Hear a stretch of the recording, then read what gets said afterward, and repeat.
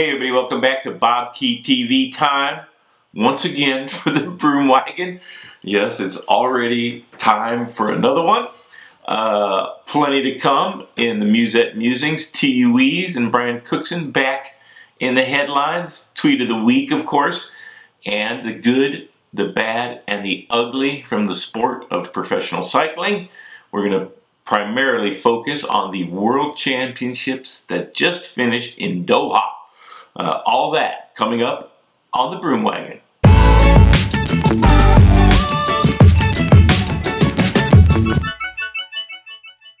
All right, let's get right into the good. The best moment of this season, this has got to be right up there. Peter Sagan defending his World Championship title that he won last year in Richmond, Virginia. He's defended in a furious, brilliant sprint to the line with a win over Mark Cavendish and Tom Boonen and all the other professionals in the elite men's road racing world championships. He'll have the rainbow stripes. Again, to quote Peter Sagan, when he comes into a stage race, if he gets the leader's jersey and he has to relinquish that, he's probably leading the points competition, so he'll have that jersey. And if for some strange reason he's not leading the points, he can always wear the rainbows. So a tremendous wardrobe for Peter Sagan, and it will continue for another year. The race was dominated by the Belgian team, maybe historically the very best on the planet at flat roads with crosswinds. They can go so fast, and I've experienced this myself in my career, just incredibly fast, and that's what they grow up doing in Belgium and the Netherlands, and they're the very best in the world at that. Peter Sagan was the last man on the elite group that formed towards the finish line, and it was a wild and woolly, hectic sprint with bodies flying everywhere. No big crashes to mar the proceedings. But Peter Sagan, following the right wheels, he's so instinctive, so quick. He saves so much energy throughout the racing because he's able to maneuver his bike in a way that it is the utmost in efficiency. And he can close little gaps with just boop, the blip of the throttle. He has an incredible ability to save energy throughout an entire race. And when it's over 200 kilometers like the World Championships were, that adds up to a lot. And at the end of the day, he is a very fast rider also. He's got 3 stage wins in the Tour de France this year, earlier in the summer, plus the green jersey of that in that competition. I think that was his 4th win.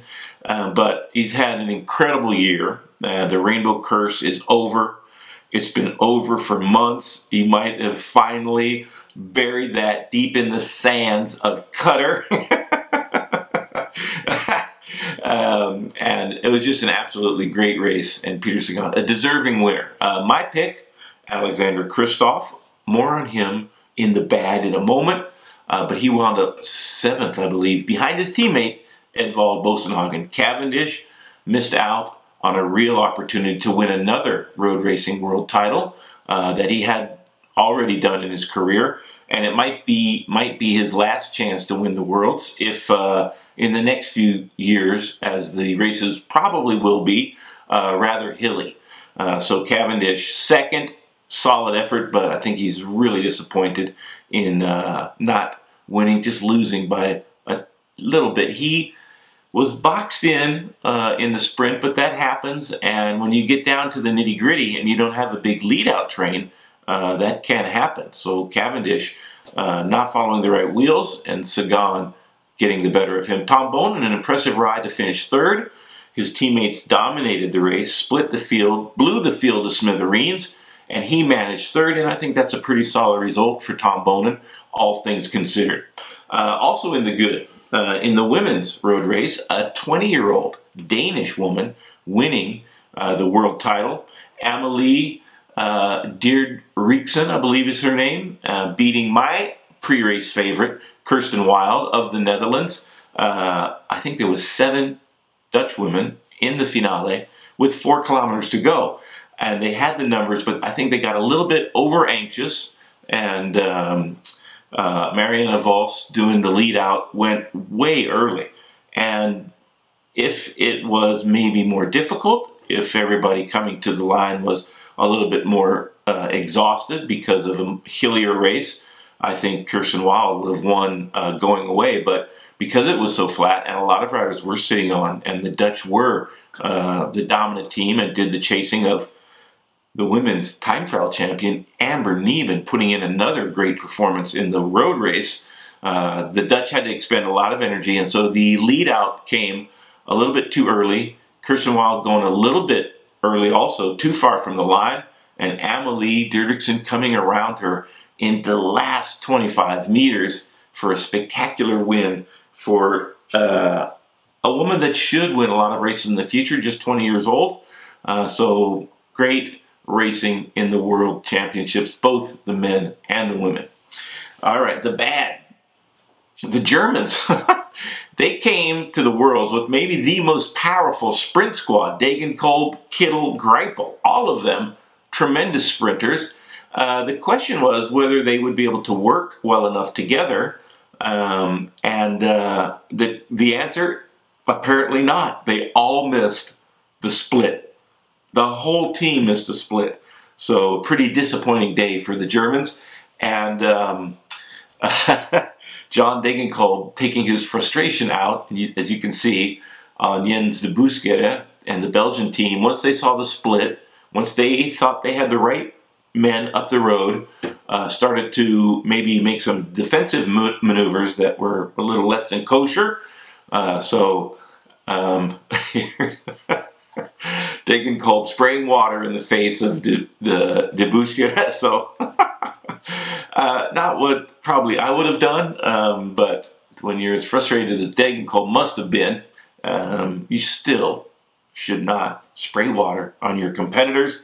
Remember, guys and women, everything is being filmed at all times, so don't do it.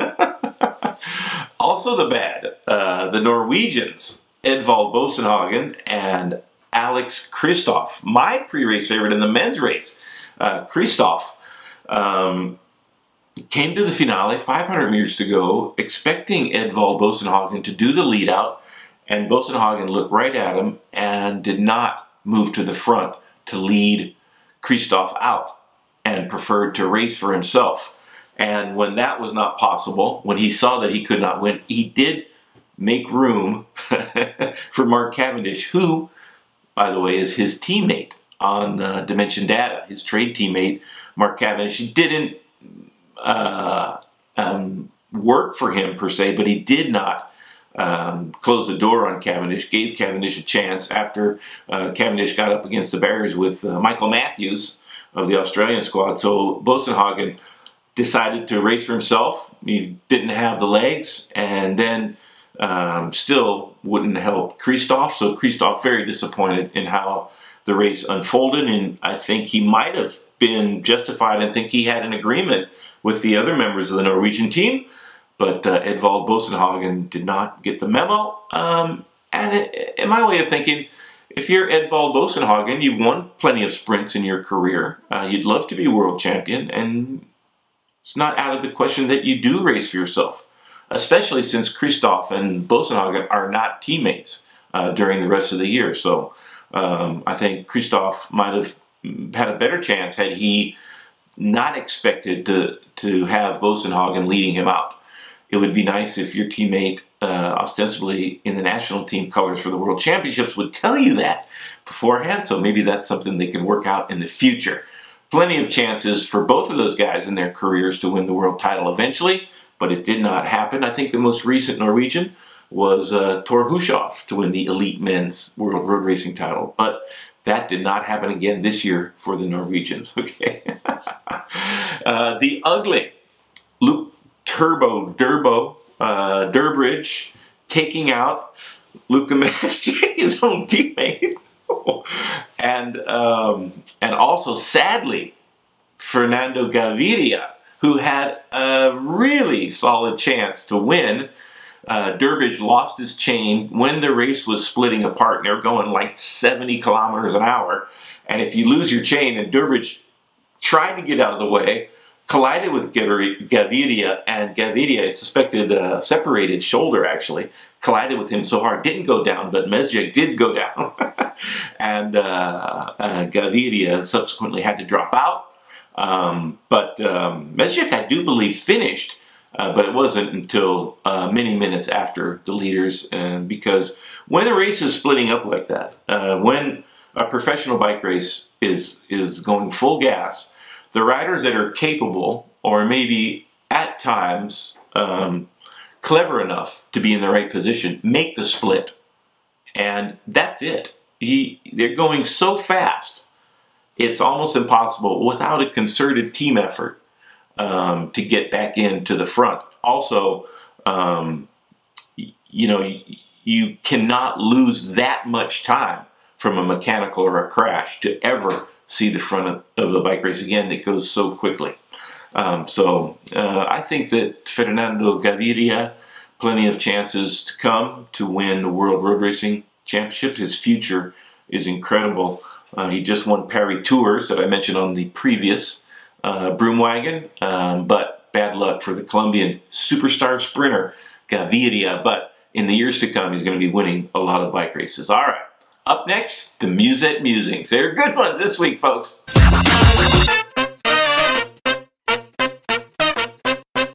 Back to the TUEs for the Musette Musings. Have to get back to this.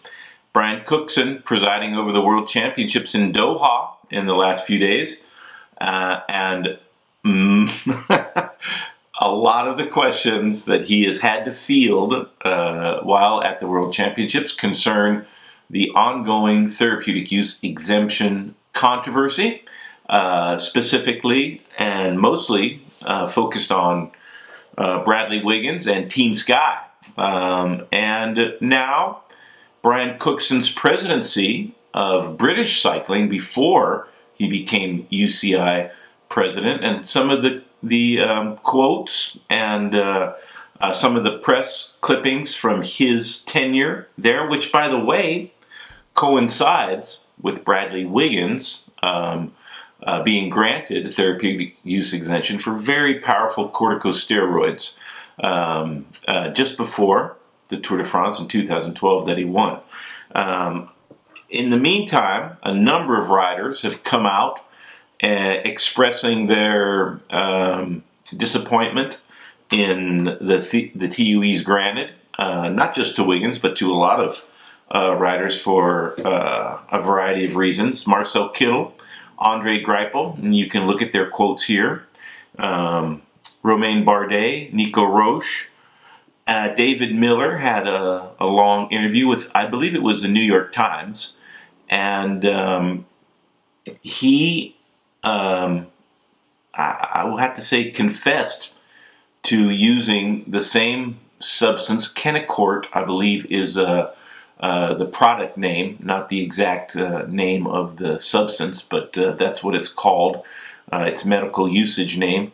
That Bradley Wiggins used. And David Miller, you should read what David Miller has to say about how powerful that substance is. And David Miller expressing his doubts that it was an adequate or even reasonable cure for allergies or asthma. So very interesting times for Team Sky and Bradley Wiggins, to say the least, and his therapeutic use exemptions are continuing to generate a lot of headlines.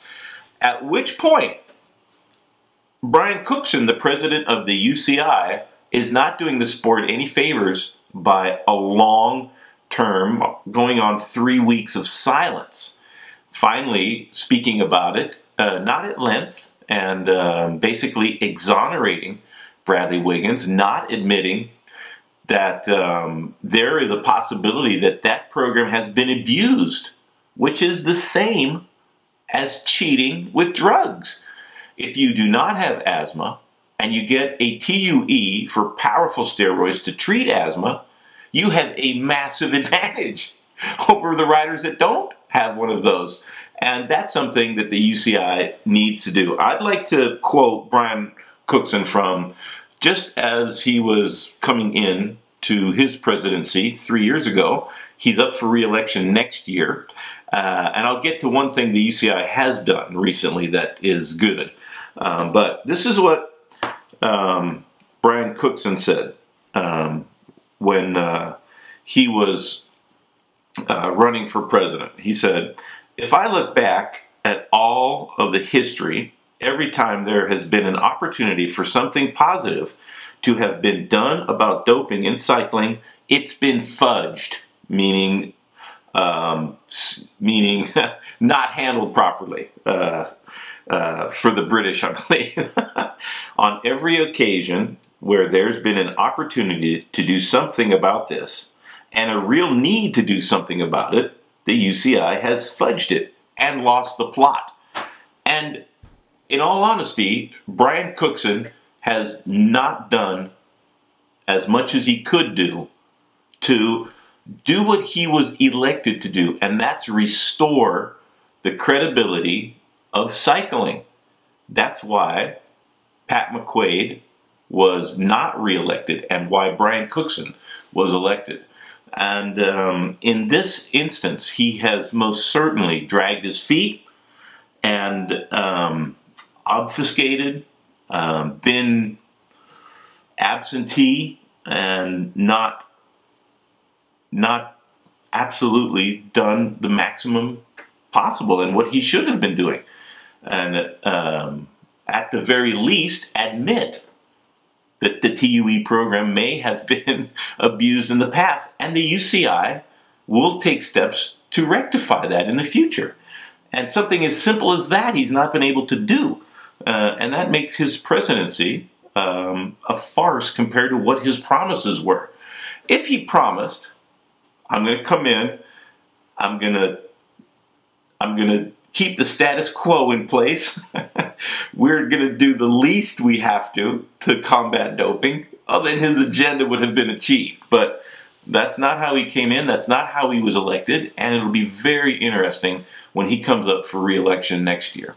At this point, I don't, in good conscience, would not be able to vote or support his candidacy to be president of the UCI going forward. He has not done the maximum he could do to ensure transparency, above all, in the fight against doping in cycling. So for that reason alone, Brian Cookson, he's got some months now where he could get ahead of it and do what he has promised to do in his campaigning to be elected to the presidency. But so far, it has been, in my humble opinion, less than it could have been.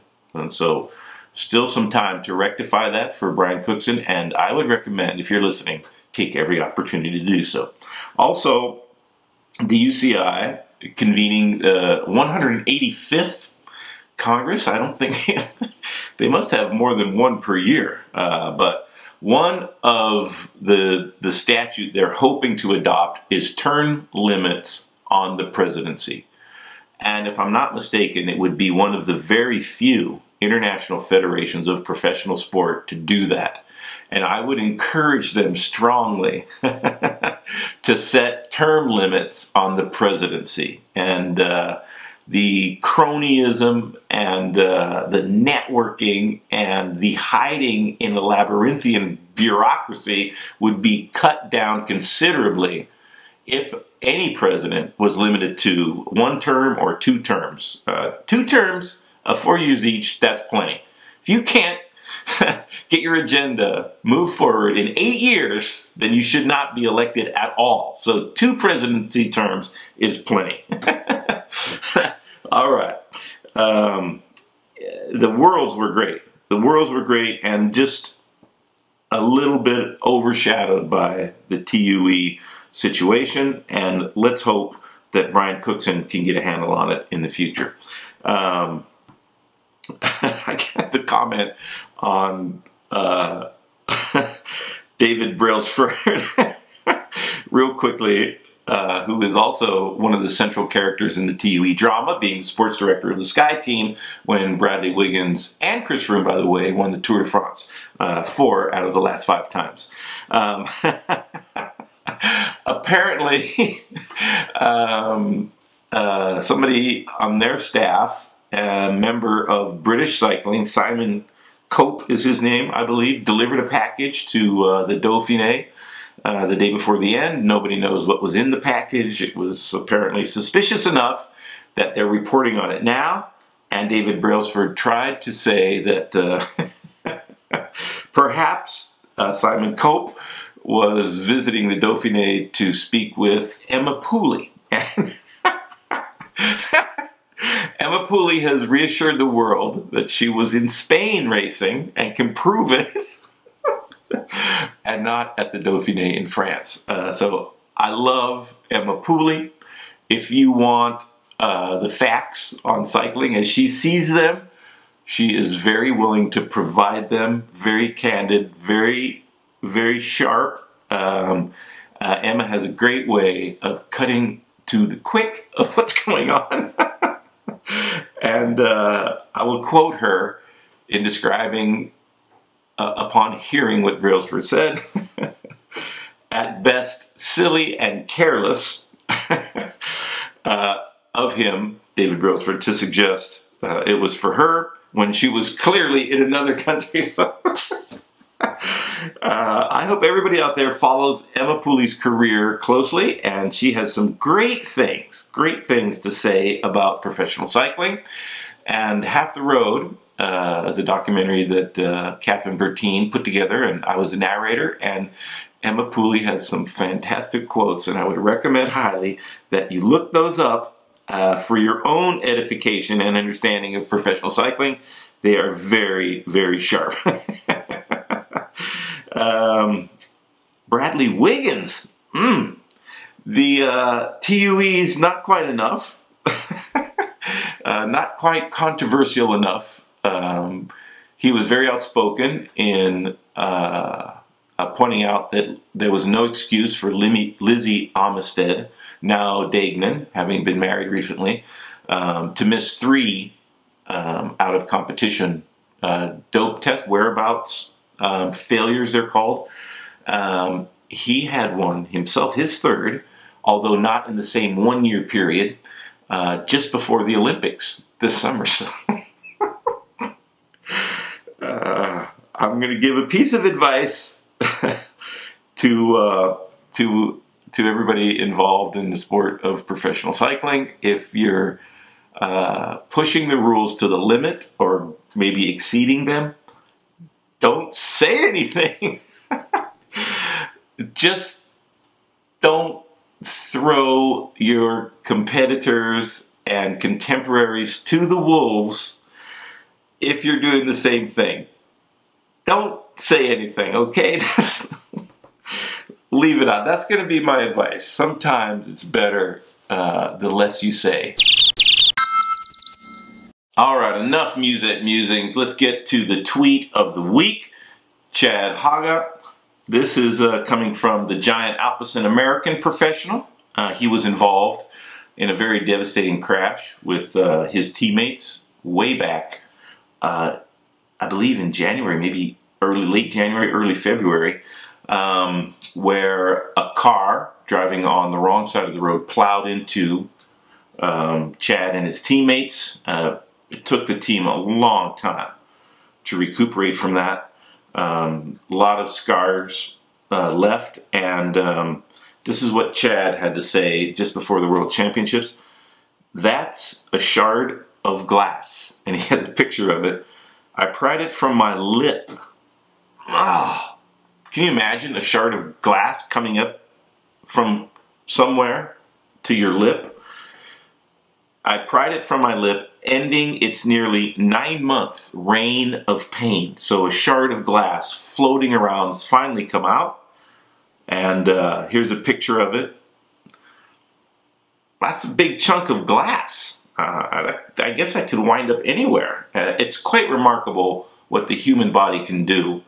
And when there's a foreign object, it just takes its time and eventually brings it to the surface, and then it's up to you to try to get rid of it. But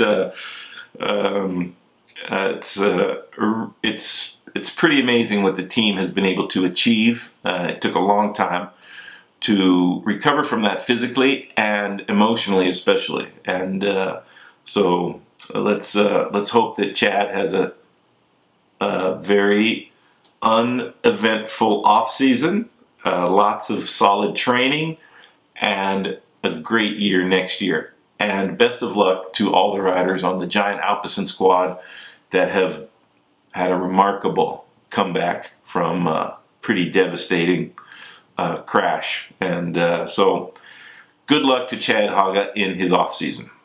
All right, everybody, that's it for this week's edition of the Broom Wagon. Thanks for watching. If you have any comments about Brian Cookson, do you think he should be reelected? Let me know. That's coming up. I'm sure we're going to talk about that a lot.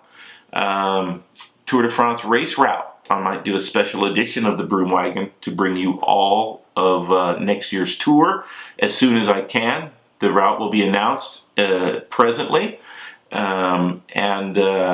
Subscriptions, I got to have them continue rolling in. They've been pretty solid, and so I'm going to keep going, but need a lot more, believe me. Thumbs up, thank you very much. Follow me on Twitter and Facebook. I think I sold 4 or 5 t-shirts this week, and if you'd like a BobkeTV t-shirt, you can order them. Click on the link that's on your screen. Thanks a lot, everybody. Until next time, be safe out there and put in the miles. Brand new in the box. And like another thing I like, simple. The simpler the better. Very, very simple. 2 parts, basically. 2 parts. This is the receiver that holds the shifter in place at the end of your handlebars. This goes in the end of your bars, and there's a counter screw, 5mm, that you tighten these